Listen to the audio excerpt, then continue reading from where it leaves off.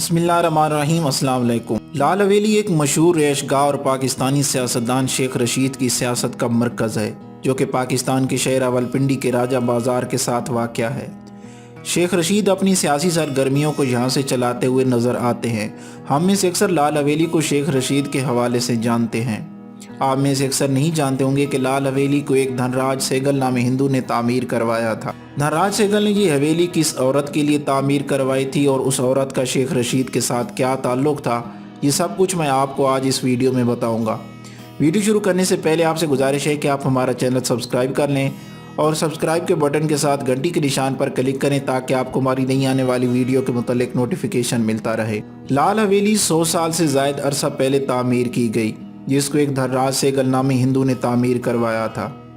इस हवेली का पुराना नाम सहगल हवेली था, जो कि बाद में बदल कर लाल हवेली हो गया। इसके पीछे एक हिंदू और मुसलमान डांसर औरत की मोहब्बत की कहानी पोशीदा है। धनराज सहगल झेलम का रहने वाला था और उसका ताल्लुक झेलम की अमीर हिंदू फैमिली से था। लाल हवेली की कहानी का आगाज़ यहाँ से होता है। धनराज सहगल एक मरतबा सियालकोट एक शादी में शिरकत के लिए गया। वहाँ उसकी मुलाकात एक मुसलमान औरत बुद्धा माई से हुई, जो कि पेशे के लिहाज से एक डांसर थी। धनराज सहगल उस बुद्धा माई की मोहब्बत में गिरफ्तार हो गया और वापसी पे बुद्धा को अपने साथ ले आया। रावलपिंडी पहुंचकर धनराज ने बुद्धा माई के लिए लाल हवेली तामीर की। बुद्धा माई और धनराज का ताल्लुक पूरे शहर में मशहूर था। इन दोनों में से किसी ने भी अपना मजहब न छोड़ा। धनराज सहगल अपने हिंदू मजहब पे कायम रहा और बुद्धा माई मुसलमान रही। धनराज बुद्धा माई को अपने मजहबी रसूमात अदा करने के लिए खर्च भी अदा करता था। लाल हवेली एक वक्त हुआ करता था पूरे बरसगीर की एक मिसाली बिल्डिंग थी और इसकी सबसे बड़ी वजह इस पर कश्मीरी तर्ज का लकड़ी का काम था, जो वक्त के साथ साथ मध्यम पड़ता गया।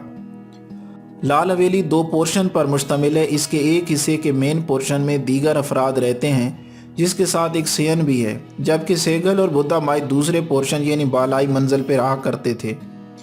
इस बालाई मंजिल के साथ 2 बरामदे भी मुंसलिक हैं, जो कि बोहड़ बाजार की तरफ खुलते हैं। अब लाल हवेली का फ्रंट पोर्शन, जो कि तकरीबन 5 मरले पर मुश्तमिल है, शेख रशीद की मलकियत है।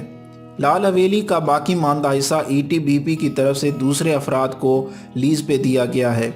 लाल हवेली के पुराने कमरे, जहां कभी लोग तफरीह के लिए बैठा करते थे और रात को मौसीकी की महफिलें सजा करती थी, अब यहां पे सियासी दफ्तर हैं और मौसीकी की महफिलों में बजने वाले साज़ों की बजाय यहां पे टेलीफोन की घंटियां बजती हैं। दीवारों पे किया गया आर्ट का काम भी ख़त्म हो गया है। बुद्धा माई जब सहगल के साथ सियालकोट से रावलपिंडी आई तो उसने नाचना गाना छोड़ दिया था और नमाज की पाबंद हो गई थी।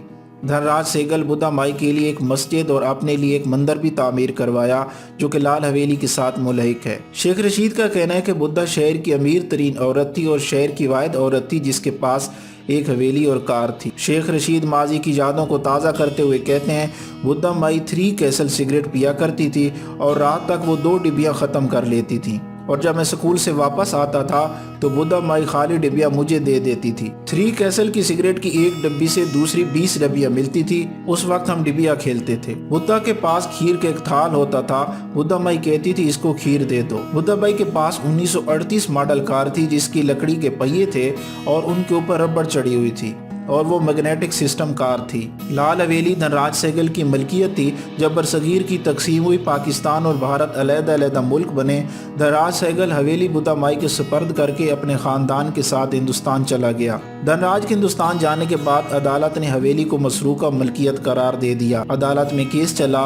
बुद्धा माई अगर ये कह देती कि मैं हिंदू हो गई थी या धनराज मुसलमान हो गया था तो पूरी हवेली बुद्धा को मिल जाती।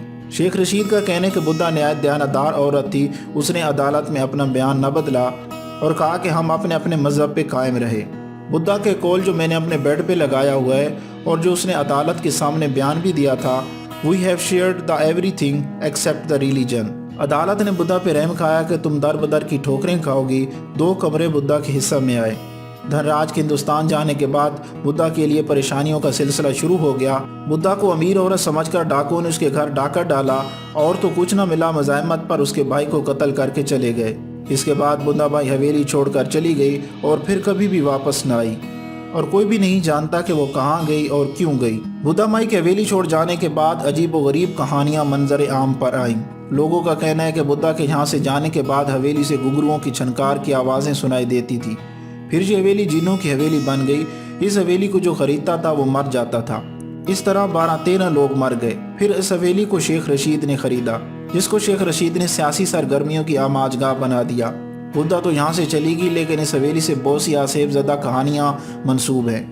مقامی لوگوں کا کہنا ہے کہ اس حویلی میں جن رہتے تھے جو شیخ رشید کے دوست تھے، جو بات شیخ رشید کہتے وہ مانتے تھے، لیکن شیخ رشید اس بات کی تردید کرتے ہیں۔ بعد میں ایک شخص نے یہ دعویٰ کیا کہ میں بدھا کا بیٹا ہوں اور یہ حویلی میری ہے، لیکن شیخ رشید نے اس بات کی وضاحت کرتے ہوئے بتایا کہ اس نے گانے بچانے والے ان تمام لوگوں سے معلومات حاصل کیں جن کے ساتھ بدھا کا تعلق تھا، لیکن سب نے یہی بتایا کہ بدھا یہ راز اپنے سینے میں دفن کر کے چلی گئی۔ سہگل حویلی جو بدھا اور دھن راج کی محبت کی نشانی تھی، اب راولپنڈی کے گنجان آباد علاقے میں لال حویلی کے نام سے جانی جاتی ہے۔